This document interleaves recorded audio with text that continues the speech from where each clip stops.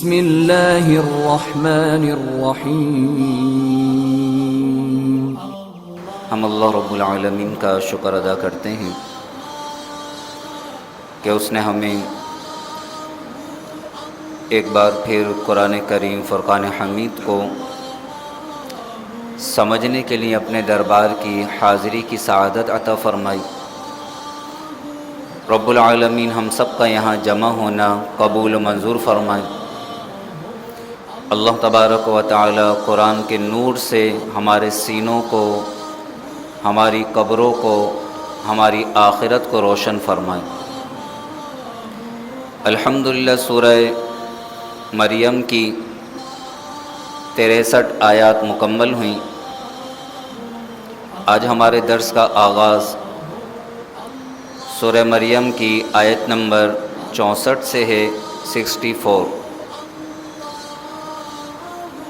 اعوذ باللہ من الشیطان الرجیم، بسم اللہ الرحمن الرحیم۔ ارشاد فرمایا، وما نتنزل، اور ہم نہیں اترتے، الا بامر ربک، مگر آپ کے رب کے حکم سے۔ یہ کہنے والے کون ہیں؟ حضرت جبریل امین۔ حضرت جبریل امین حضور علیہ الصلاۃ والسلام کی خدمت عالیہ میں یہ عرض کر رہے ہیں کہ یا رسول اللہ، ہم آسمان سے زمین پر آپ کے رب کے حکم سے ہی اترتے ہیں، اپنے ارادے سے ہم زمین پر نہیں آ سکتے، ہمارا مسکن آسمان ہے۔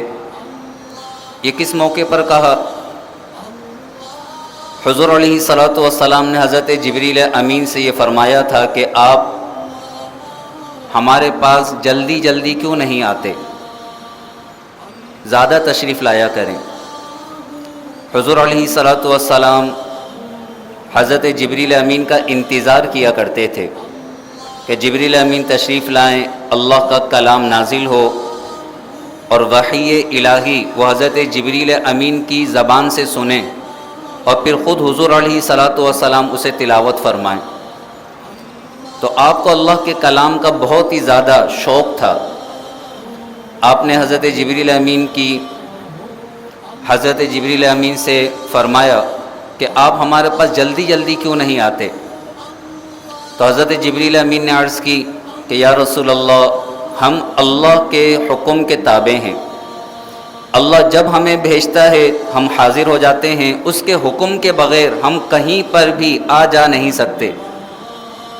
ارشاد فرمایا، وما نتنزل الا بامر ربک، اور ہم نہیں اترتے مگر آپ کے رب کے حکم سے، یعنی ہم آپ کے رب کے حکم سے ہی اترتے ہیں، اس کے بغیر ہم نہیں آ سکتے۔ لہو، اسی کا ہے، اللہ کا ہے۔ ما بین ایدینا، جو کچھ ہمارے آگے ہے، وما خلفنا، اور جو کچھ ہمارے پیچھے ہے، وما بین ذالک، اور جو کچھ اس کے درمیان ہے۔ جو کچھ ہمارے آگے ہے، جو کچھ ہمارے پیچھے ہے اور جو کچھ اس کے درمیان ہے، سب اللہ کا ہے۔ آگے پیچھے سے کیا مراد ہے؟ درمیان سے کیا مراد ہے؟ یعنی جو کچھ ہو چکا اور جو کچھ ہو رہا ہے اور جو کچھ آئندہ ہوگا، چاہے حالات ہوں، واقعات ہوں، چیزیں ہوں، اشیاء ہوں، سب کا سب، ساری کی ساری چیزیں وہ اللہ کی ہیں اور اللہ انہیں خوب جانتا ہے۔ اللہ کو ہر چیز کا علم ہے، اللہ سب کا مالک ہے۔ وہ جس طرح جگہ کا مالک ہے، اسی طرح وقت کا بھی مالک ہے۔ زمان ہو، مکان ہو، واقعات ہوں، چیزیں ہوں، سب کس کا ہے؟ اللہ کا۔ جو کچھ ہو چکا، جو کچھ ہو رہا ہے، جو کچھ ہوگا، سب کا مالک اللہ ہے۔ لہو، اسی کا ہے۔ ما بین ایدینا، جو کچھ ہمارے آگے ہے، وما خلفنا اور جو کچھ ہمارے پیچھے ہے، یعنی جو کچھ ہو چکا اور جو کچھ ہوگا، وما بین ذالک اور جو اس کے درمیان ہے، یعنی جو کچھ ہو رہا ہے سب اللہ کا ہے۔ وما کان ربک نسیا اور آپ کا رب بھولتا نہیں ہے۔ اللہ تبارک و تعالی بھول چوک سے پاک ہے۔ وہ ہمیں آپ کے پاس بھیجتا ہے جب حکمت ہوتی ہے، اس کا کوئی بھی کام حکمت سے خالی نہیں ہے۔ بعض اوقات میں آپ کی خدمت میں تاخیر سے آتا ہوں، وحی کو زیادہ وقفہ ہو جاتا ہے، تو اس وقفے میں بھی اللہ کی کوئی نہ کوئی حکمت ہوتی ہے۔ وما کان ربک نسیا اور آپ کا رب بھولتا نہیں ہے۔ رب السماوات والارض آسمانوں اور زمینوں کا رب، ساتوں آسمان ساتوں زمینوں کا وہ رب ہے، ساتوں آسمان ساتوں زمین کا مالک ہے، پیدا کرنے والا ہے۔ وما بینہما اور جو کچھ ان کے درمیان ہے، ساتوں آسمان ساتوں زمین اور جو کچھ ان کے درمیان ہے، سب کا رب کون ہے؟ اللہ، سب کا مالک اللہ ہے۔ تو ساری چیزیں آ گئیں، آسمان زمین اور ان کی تمام مخلوقات کا مالک، تمام مخلوقات کا رب اللہ ہے۔ رب کا ایک معنی ہے مالک اور رب کا ایک معنی ہے پرورش کرنے والا۔ ساتوں آسمان ساتوں زمین میں کتنی مخلوق ہوگی، سمندر میں کتنی مخلوق ہے، خشکی پر کتنی مخلوق ہے، ساری مخلوق کی پرورش فرمانے والا اللہ ہے، جو ساری مخلوق کو پال رہا ہے۔ اس کے لیے ہماری پرورش، ہماری ضروریات کو پورا کرنا کچھ مشکل نہیں۔ شرط یہ ہے کہ ہم اللہ کی بارگاہ میں جھک جائیں، اس کی ذات پر اعتماد اور توکل کریں، تو اللہ تبارک و تعالی ہماری تمام حاجات کو پورا فرما دے۔ انسان ذلیل و خوار کب ہوتا ہے؟ کہ جب وہ رب کے دربار کو چھوڑ کر، رب کی اطاعت کو چھوڑ کر دنیا کے پیچھے بھاگتا ہے اور حرام اختیار کرتا ہے، تو پھر نہ دنیا اس کے ہاتھ میں آتی ہے، سکون بھی جاتا ہے، اور پھر یہی انسان ذلیل و خوار بھی ہو جاتا ہے۔ عزت کس میں ہے؟ اللہ کی اطاعت اور فرما برداری میں۔ بلکہ حدیث میں فرمایا من کان للہ کان اللہ لہ، جو اللہ کا ہو جاتا ہے اللہ اس کا ہو جاتا ہے۔ انسان اللہ کا ہو جائے، اللہ کی اطاعت و فرما برداری کرے، اللہ تبارک و تعالیٰ کی عبادت کی زندگی گزارے، تو پھر اللہ تبارک و تعالیٰ غیب سے اس کی مدد فرمائے گا۔ رب السماوات والارض وما بینہما، آسمانوں اور زمینوں کا رب اور جو کچھ ان کے درمیان ہے وہ سب کا رب ہے۔ فاعبدہ، تو تم اس کی عبادت کرو، فاعبدہ تم اس کی عبادت کرو، واصطبر لعبادتی اور اس کی عبادت پر جمے رہو۔ استبر کے معنی ہے صبر کرنا، یہاں مراد ہے کہ اس کی عبادت سے کبھی بھی ہٹنا مت، اس کی عبادت پر جمے رہو۔ جب تم رب کی عبادت پر جمے رہو گے تو پھر اللہ تبارک و تعالی تمہیں دنیا سے بے نیاز کر دے گا۔ واصطبر لعبادتی، اس کی عبادت پر جمے رہو، استقامت کے ساتھ، پابندی کے ساتھ ہمیشہ اس کی عبادت کرتے رہو۔ یہ نہیں کہ کبھی دل کیا تو عبادت کر لی اور کبھی دل نہیں کیا تو عبادت نہیں کی، یہ نہیں۔ واصطبر لعبادتی، ہمیشہ اس کی عبادت پر جمے رہو۔ هل تعلم، کیا تم جانتے ہو، لہو سمیہ، اس کے نام کا کوئی، لہو اس کے سمیہ ہم نام، کیا تم اس کا کوئی ہم نام بھی جانتے ہو؟ یعنی اللہ وحدہ لا شریک کی ذات تو وہ وحدہ لا شریک ہے ہی، اللہ کے نام کا بھی کوئی دوسرا نہیں ہے۔ حالانکہ مشرکین مکہ وہ بتوں کو خدا کہتے تھے، لیکن اس کے باوجود انہوں نے کسی بھی بت کا نام اللہ نہیں رکھا، کیونکہ وہ بھی جانتے تھے کہ یہ ہمارے بت اللہ کہلانے کے لائق نہیں ہیں۔ هل تعلم له سمیہ، کیا تم اس کا ہم نام کوئی جانتے ہو؟ تو اللہ کا ہم نام کوئی نہیں، اس کے نام میں بھی کسی کی شرکت نہیں، اللہ اس کا ذاتی نام ہے، اس نام کا اور کوئی نہیں ہے۔ وَيَقُولُ الْإِنسَانُ، اور انسان کہتا ہے، یہاں انسان سے مراد ہیں وہ مشرکین مکہ، وہ کافر جو مرنے کے بعد اٹھنے کا انکار کرتے تھے۔ جب انہیں کہا جاتا کہ تم مرنے کے بعد دوبارہ اٹھائے جاؤ گے تو مذاق اڑاتے تھے۔ وَيَقُولُ الْإِنسَانُ، اور انسان کہتا ہے یعنی کافر انسان، اَإِذَا مَا مِتُّ، کیا جب میں مر جاؤں گا، اِذَا مَا، کیا جب مِتُّ میں مر جاؤں گا، لَسَوْفَ، تو کیا واقعی، اخرج حیا، زندہ کر کے نکالا جاؤں گا، لَسَوْفَ اخرج حیا، تو کیا میں زندہ کر کے نکالا جاؤں گا۔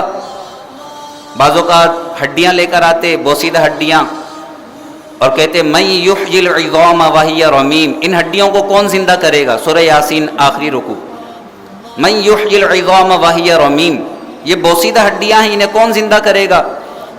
تو یہ مشرکین مکہ مذاق اڑاتے تھے اور کہتے تھے اَإِذَا مَا مِتُّ، کیا جب میں مر جاؤں گا، لَسَوْفَ اخرج حیا، تو کیا زندہ کر کے نکالا جاؤں گا۔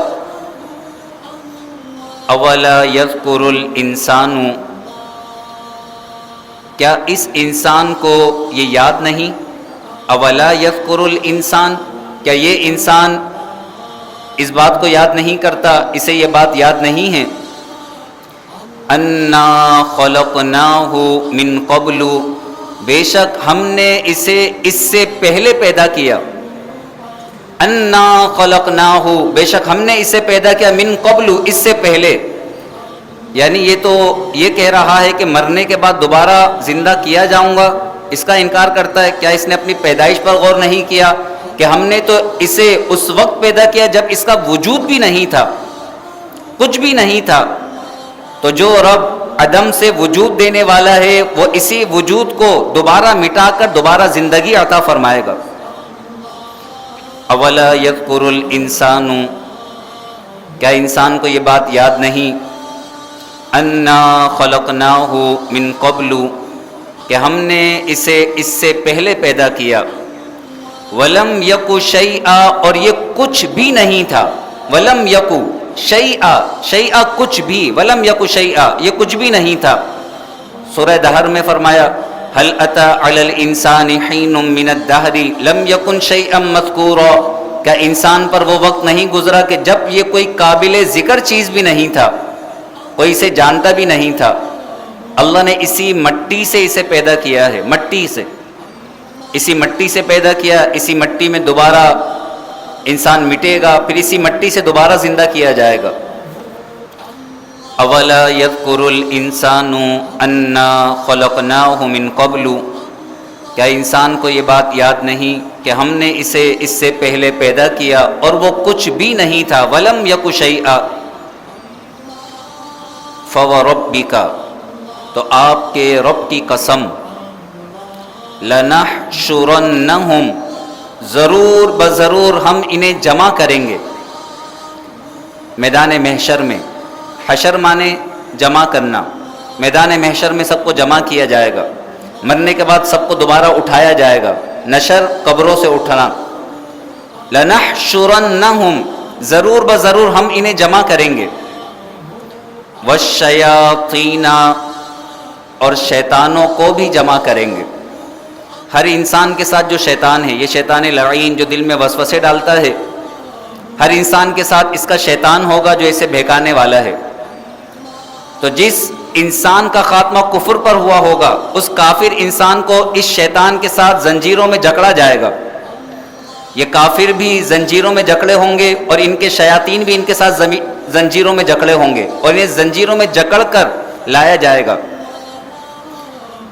فوربک، آپ کے رب کی قسم، لنحشرنہم، ضرور بضرور ہم انہیں جمع کریں گے، والشیاطین، اور ان کے شیاطین کو، ان کے شیطانوں کو، ثم لنحضرنہم، پھر ضرور بضرور ہم انہیں حاضر کریں گے، حول جہنم، جہنم کے گرد، جثیا، گھٹنوں کے بل، جیسے مجرم کو بڑی ذلت کے ساتھ زمین پر بٹھایا جاتا ہے، گھٹنوں کے بل، ذلت کے ساتھ، اس طرح ان مشرکین کو، ان کافروں کو، ان کے شیاطین کو زنجیروں میں جکڑ کر جہنم کے گرد انہیں زانوں کے بل، گھٹنوں کے بل بٹھایا جائے گا. جہنم ان کے سامنے ہوگی. اب انہیں جہنم میں ڈالا جائے گا. لیکن سب سے پہلے جہنم میں کنہیں ڈالا جائے گا؟ تو قرآن فرماتا ہے کہ ان کافروں میں سے، ان شیاطین میں سے جو سب سے زیادہ سرکش ہوگا، جس نے دنیا میں سب سے زیادہ بے باکی کی ہوگی، اسے سب سے پہلے جہنم میں ڈالا جائے گا. جہنم ہے، جہنم کے گرد سارے کافروں کو، ان کے شیاطین کو زنجیروں میں جکڑ کر انتہائی ذلت کے ساتھ جہنم کے پاس حاضر کیا جائے گا. کیا ذلت ہے! اللہ تبارک و تعالی ہمیں قیامت کی ذلت سے محفوظ فرمائے. اگر بھری محفل میں کوئی ہمیں ایک تھپڑ مار دے، بھری محفل میں کوئی آئے اور ایک تھپڑ مار دے، یا بھری محفل میں ہمیں کوئی ایک گالی دے دے، تو ہمیں کس قدر برا لگے کہ ہماری عزت جاتی رہی. انسان کو اپنی عزت کا بڑا خیال ہوتا ہے، عزت سب سے بڑھ کر ہوتی ہے. وہ برداشت نہیں کر پاتا کہ اس نے مجھے بھری محفل میں گالی دے دی ہے، اس نے مجھے تھپڑ مار دیا.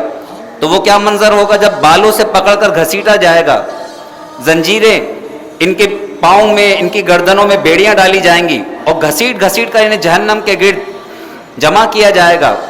اور پھر کیا ہوگا؟ قرآن فرماتا ہے ثم پھر لننزعن ضرور بضرور ہم کھینچ کر الگ کریں گے. نزع کے معنی کھینچ لینا. نزع کی کیفیات میں روح کو جسم سے کھینچا جاتا ہے. کہتے ہیں عالم نزع طاری ہے، عالم نزع طاری ہے، یعنی فرشتے اس کی روح کو کھینچ رہے ہیں. ثم لننزعن پھر ضرور بضرور ہم کھینچ کر نکالیں گے، جدا کر دیں گے. من کل شیعۃ ہر گروہ سے، ہر گروہ میں سے کافروں کے گروہ ہیں، جہنم کے گرد جمع ہیں. ان گروہ میں سے سب سے پہلے کنہیں نکالا جائے گا؟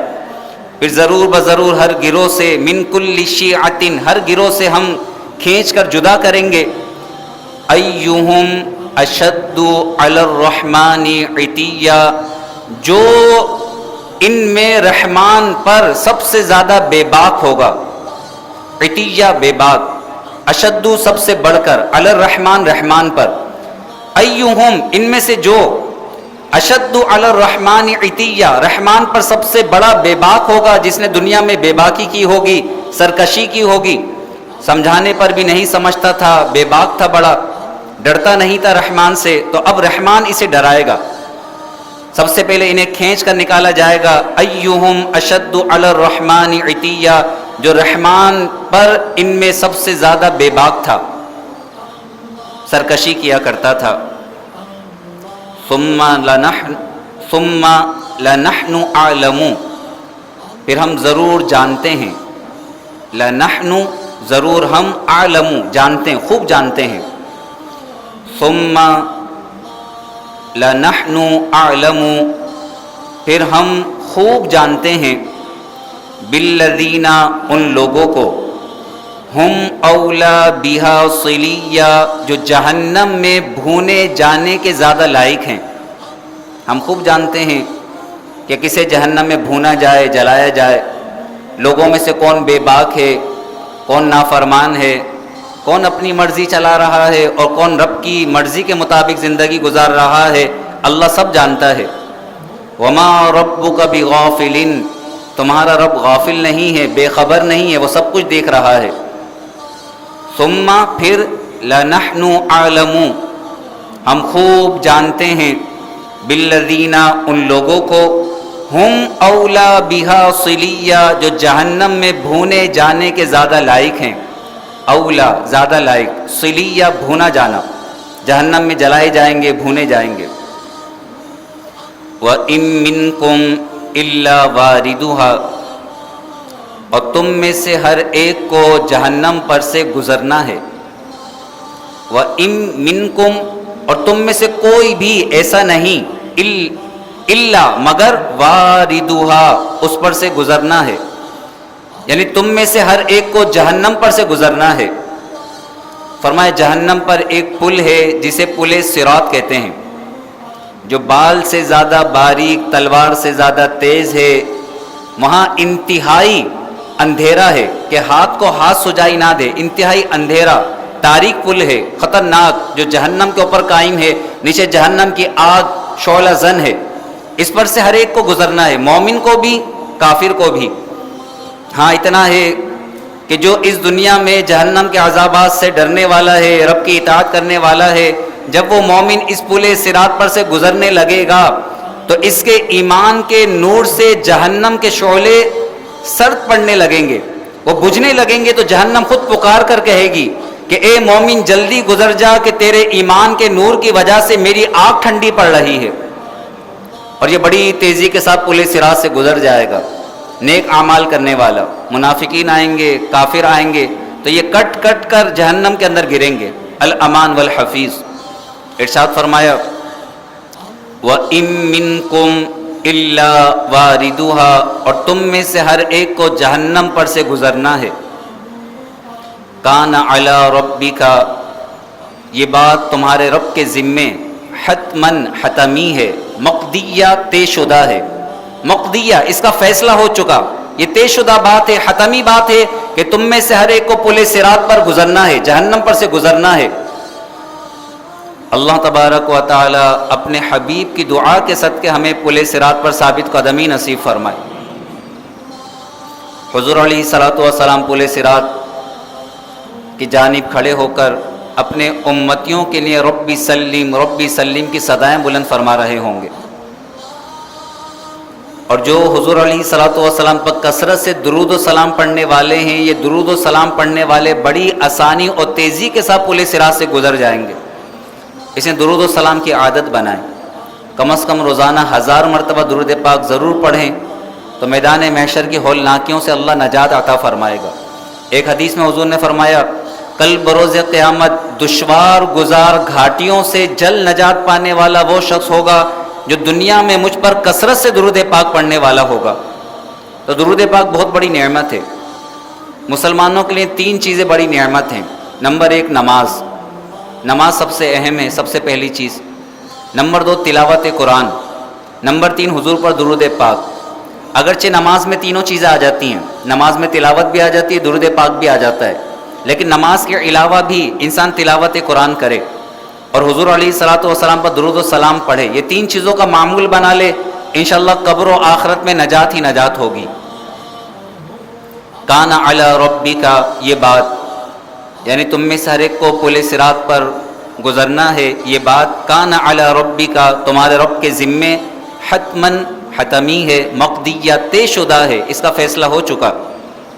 اب لوگ پل صراط سے گزر رہے ہوں گے، ثم پھر ننجی الذین اتقوا، ہم پرہیزگار لوگوں کو بچا لیں گے، ننجی ہم بچا لیں گے، نجات دیں گے، کنہیں؟ الذین اتقوا، جو پرہیزگار ہوں گے، جو اللہ سے ڈرنے والے ہوں گے، جو متقی پرہیزگار لوگ ہیں، اس دنیا میں رب کی اطاعت و فرما برداری کرنے والے ہیں، اللہ انہیں جہنم میں گرنے سے بچا لے گا۔ وَنَذَرُ الظَّالِمِينَ، اور ظالموں کو چھوڑ دیں گے، فیہا اس جہنم میں، جسیہ زانوں کے بل، گھٹنوں کے بل، یہ جہنم میں گرا دیے جائیں گے اور پھر یہ جہنم میں جلتے رہیں گے۔ وَإِذَا تُتْلَى عَلَيْهِمْ آيَاتُنَا، یہ ظالم کون ہیں؟ فرمایا یہ ظالم وہ لوگ ہیں، وَإِذَا تُتْلَى عَلَيْهِمْ آيَاتُنَا بَيِّنَاتٍ، اور جب ان پر ہماری روشن آیتیں پڑھی جاتی ہیں، جن کے سامنے قرآن کی آیتیں پڑھی جائیں، قرآن سے انہیں نصیحت کی جائے، اللہ کا کلام سنایا جائے، تو قرآن کی آیتوں سے نصیحت ماننے کے بجائے، اللہ کے عذابات سے ڈرنے کے بجائے، وہ اپنے دنیاوی اسٹیٹس پر، اپنے دنیاوی مال و دولت پر، اپنے دنیا کی مجلسوں پر وہ فخر کرتے ہیں۔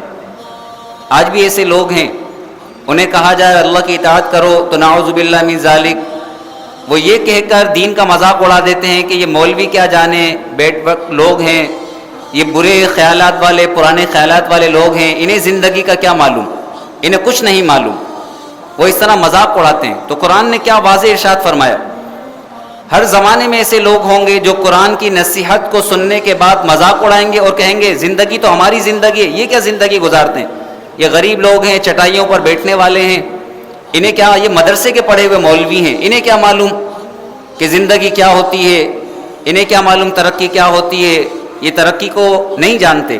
قرآن فرماتا ہے ظالم لوگ، وَإِذَا تُتْلَى عَلَيْهِمْ آيَاتُنَا بَيِّنَاتٍ، اور جب ان پر ہماری روشن آیتیں پڑھی جاتی ہیں، قَالَ الَّذِينَ كَفَرُوا، کافر کہتے ہیں، لِلَّذِينَ آمَنُوا، ایمان والوں سے، جو مالدار کافر ہیں جنہیں اللہ نے دنیا دے دی ہے، یہ دنیا دار مالدار کافر غریب ایمان والوں سے کہتے ہیں، اَيُّ الْفَرِيقَيْنِ، دونوں گروہ میں سے کون سا گروہ، یعنی ہم یا تم، اَيُّ الْفَرِيقَيْنِ، دونوں گروہ میں سے کون سا گروہ، خَيْرٌ مَقَامًا، مقام کے اعتبار سے اچھا ہے، یعنی ہم میں اور تم میں سے کس کا مقام اچھا ہے۔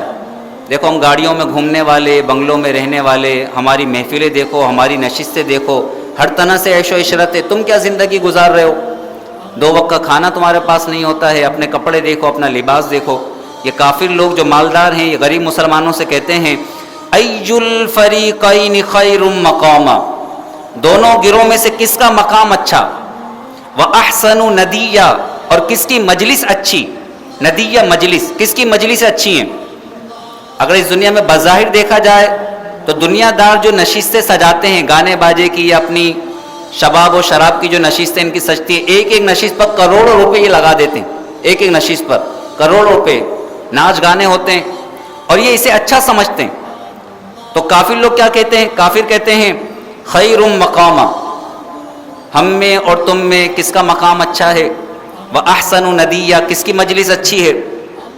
اللہ فرماتا ہے وَكَمْ أَهْلَكْنَا قَبْلَهُمْ مِنْ قَرْنٍ، اور ہم نے ان سے پہلے کتنی قومیں ہلاک کر دیں، ہم نے ان سے پہلے کتنی قومیں ہلاک کر دیں، ہم احسن اثاثا، وہ ان سے زیادہ اچھے سامان والی تھیں، اثاث سامان، اثاث، وہ ان سے زیادہ اچھے سامان والی تھیں۔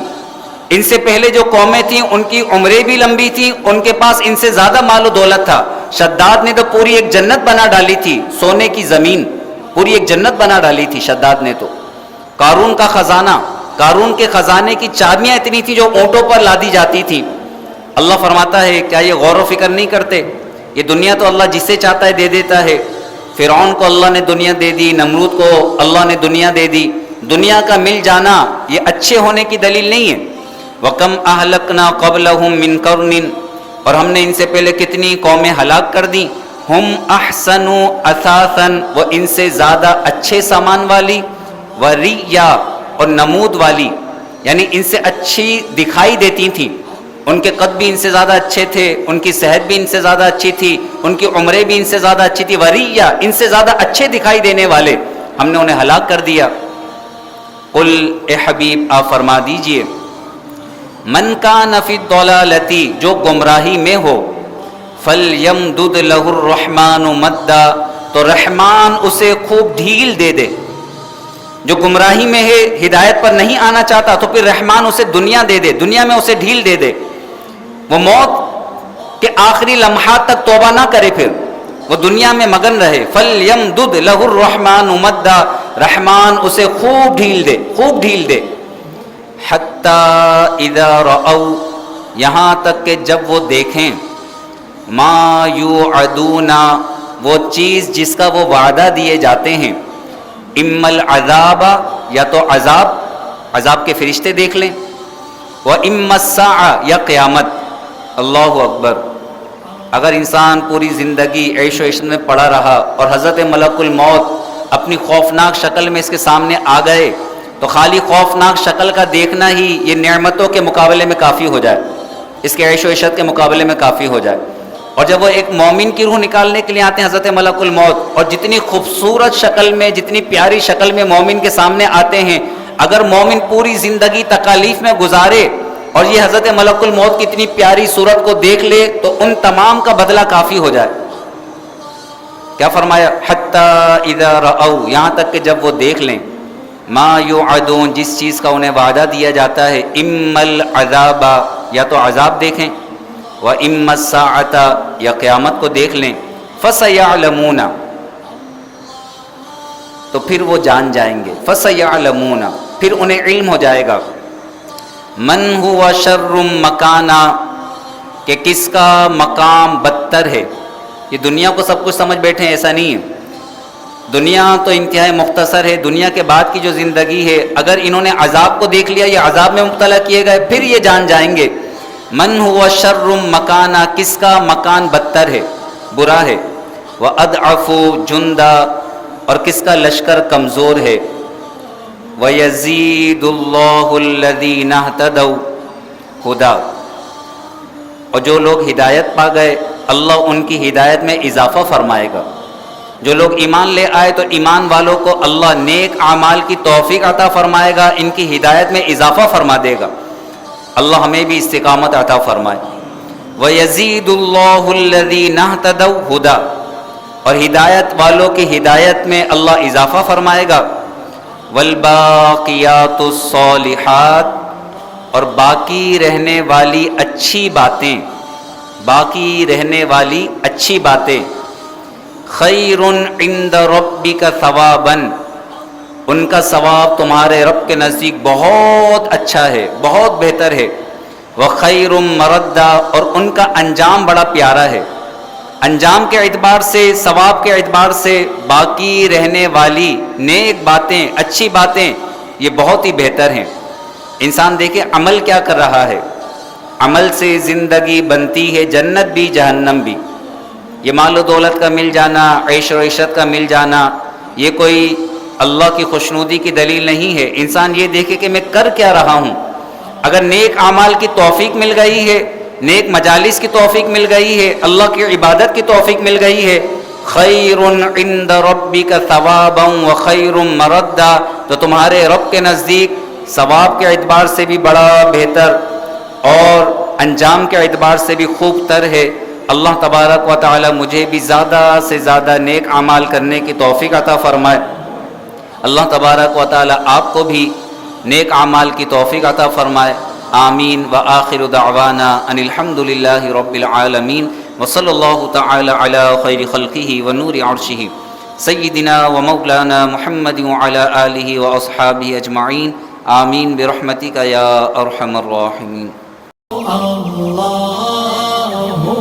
اللہ